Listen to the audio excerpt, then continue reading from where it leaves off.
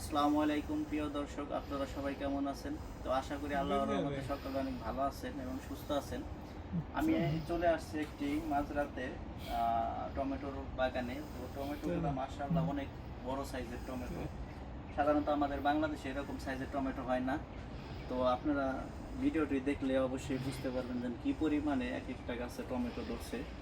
তো সাধারণত আমাদের দেশের মাটি কিন্তু অনেকটা ভালো, সৌদি আরবের থেকে কিন্তু ওইরকম কিন্তু ফলন হয় না। তো আপনারা দেখেন এইখানে প্রচুর পরিমাণে টমেটো ধরছে। তো এই টমেটোগুলা আমাদের দেশে যদি হইতো তাহলে কিন্তু কৃষকরা অনেক লাভবান হতে পারত। তো ওই হিসাবে কিন্তু মাশাআল্লাহ সৌদি আরবে আমাদের দেশের তুলনা থেকে কিন্তু আরো ভালো টমেটো আসছে। এখানে প্রচুর টমেটো গাছ আছে যেগুলা লাল হয়ে আছে। এই আমার পিছনে দেখতে পাচ্ছেন এখানে প্রচুর পরিমাণে টমেটো এগুলো পেকে গেছে।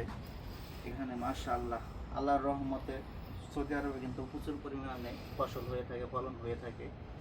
তো এর জন্য আমি ভিডিওটা করা সাধারণত আপনাদের কাছে মানে দেখানোর জন্য যে কী পরিমাণে ফলন হয় একটা মাজারার ভিতরে আমি আসছি।